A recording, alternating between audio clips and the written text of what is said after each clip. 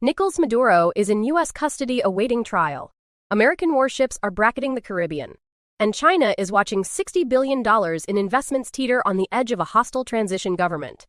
This is not a regional story. This is the next front in the great power war. While the cameras were pointed at the Strait of Hormuz, oil prices spiking, U.S. carriers on the move, something massive was unfolding in America's own backyard. The United States has conducted at least 25 military strikes in Venezuela's maritime periphery. No declaration of war, no congressional debate, just strikes. Here is what you haven't been told. Venezuela holds the world's largest proven oil reserves, 303 billion barrels, more than Saudi Arabia. China has $60 billion invested there. Russia has military advisors on the ground, and the United States just removed the government. Stay with me, because by the end of this video, you'll understand exactly what is actually being fought over, and why it changes the global energy order regardless of what happens next. Open loop number 1. Why did 25 maritime strikes, legal under Counter-Narcotics Authority, no congressional vote required, establish a military cordon around Venezuela without anyone calling it one? Open loop number 2. If the transition succeeds, who actually gets the oil? Hold those questions. We need to go back 20 years first. To understand what is happening now, you need to understand what Venezuela actually is, not the collapsed socialist state of 2017 coverage, toilet paper lines, and hospital chaos. That story is real, but it is not the whole story. Venezuela is a hub. It is where America's adversaries, China, Russia, Cuba, Iran, built their deepest Western Hemisphere infrastructure, precisely because Washington couldn't easily reach it. Hugo Chavez, who came to power in 1999, used oil revenues to bind Venezuela to 4 key actors. Cuba supplied intelligence. Its G2 service essentially built the Venezuelan security state from the inside. Russia supplied military credibility and arms. China supplied loans $60 billion worth, repaid in oil. Iran supplied fuel when U.S. sanctions crippled domestic refining. Each relationship was transactional. Each relationship survives Chavez's death in 2013. Each one has a stake in what happens now. Maduro survived years of maximum pressure, U.S. sanctions, recognition of opposition leader Juan Guaidó, asset freezes. He survived because the Cuban intelligence apparatus kept his security services loyal. He survived because Russian arms and Chinese loans gave him economic oxygen. What finally broke him, and the full details remain partly classified, appears to have been a combination of internal military defections, covert US pressure, and an economy so hollowed out that even the criminal networks keeping it alive could no longer sustain him. His removal and transfer to US custody for trial is one of the most significant regime change outcomes in the Western Hemisphere since the U.S. invasion of Panama in 1989 and the capture of Manuel Noriega. And just like Noriega, the charges center on drugs, because in Venezuela, the drug trade and the state had become the same thing. His removal and transfer to US custody for trial is one of the most significant regime change outcomes in the Western Hemisphere since the U.S. invasion of Panama in 1989 and the capture of Manuel Noriega. And just like Noriega, the charges center on drugs, because in Venezuela, the drug trade and the state had become the same thing. Let's talk about the 25 strikes because the framing matters enormously.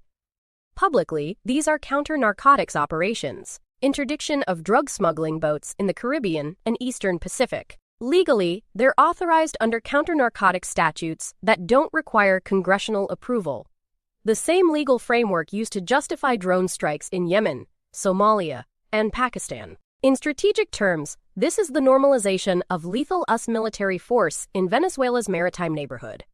That is a very different thing. Let's talk about the 25 strikes, because the framing matters enormously. Publicly, these are counter-narcotics operations, interdiction of drug smuggling boats in the Caribbean and Eastern Pacific. Legally, they're authorized under counter-narcotics statutes that don't require congressional approval. The same legal framework used to justify drone strikes in Yemen, Somalia, and Pakistan. In strategic terms, this is the normalization of lethal US military force in Venezuela's maritime neighborhood. That is a very different thing. Russia is using the country as a diplomatic lever. It costs them almost nothing. Environment: Moscow government building exterior, gray winter day, imposing architecture. Subject: a Russian official at a podium, speaking into microphones, stern expression. Action: reporters lean forward, cameras flash. Official gestures firmly, lighting, flat winter daylight, overcast camera, press pool angle, mid-distance, 85 millimeters, color palette, Soviet-era stone facade, gray sky, flash bursts of white, atmosphere, calculated rhetoric, low-cost strategic provocation. Now we get to the real stakes, 303 billion barrels of proven oil reserves, the world's largest. Under 2 decades of mismanagement, production collapsed from over 3 million barrels a day in 2000 to under 800, zero at its lowest point. The oil was always there. The ability to get it out was destroyed. By Chavez's nationalization, the flight of technical expertise, and years of U.S. sanctions, a U.S.-aligned Venezuelan government with access to American capital and expertise changes that equation entirely. Consider the timing. The Strait of Hormuz situation is driving oil toward $150 a barrel. Iranian supply is constrained. Every major importing nation is looking for alternative supply. Venezuelan oil, at even 50% of historical production capacity, represents a significant addition to global markets. Here is the strategic logic that nobody is saying out loud. The administration doesn't need to de-escalate the Iran situation if it can replace Iranian oil with Venezuelan oil. These two crises are not separate. They are two moves in the same game. Then there is the debt question. Venezuela owes over $150 billion to China, Russia, and Western bond markets. Any reconstruction requires dealing with all three simultaneously. Washington's ideal outcome is a debt restructuring that disadvantages Chinese and Russian creditors while rewarding Western bondholders. Beijing's ideal outcome is the opposite. This financial negotiation, quiet, technical, conducted through IMF frameworks, is arguably as important as any military development. Whoever controls Venezuela's debt controls the pace and direction of its recovery. And one more asset most people don't know about, the Arco Minero. Venezuela's mining arc along the Orinoco contains vast deposits of gold, coltan, rare earths, and bauxite. Coltan, used in every smartphone and electric vehicle battery, is a critical mineral the U.S. is desperate to secure as China dominates global supply chains. The same strategic logic driving the Hormuz situation in oil applies here in critical minerals. Venezuela isn't just about oil, it never was. Here are the 4 scenarios, and only one of them ends quietly. Scenario 1, the transitional government consolidates power, accepts us security assistance. Oil production begins recovering. Debt gets restructured. Chinese and Russian companies negotiate settlements. This is the optimistic path. It requires everything to go right simultaneously. In a country where almost nothing has gone right for 20 years. Scenario 2 is the one keeping analysts up at night.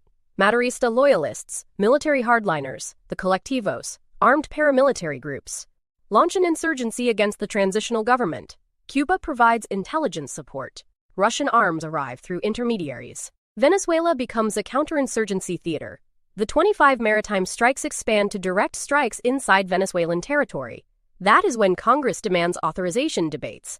That is when the regional coalition fractures. Scenario 3, spillover into Colombia. Colombia shares a 200-kilometer border with Venezuela and hosts nearly 3 million Venezuelan refugees. Its president, Gustavo Petro, a left-wing former guerrilla, has been publicly critical of U.S. interventionism.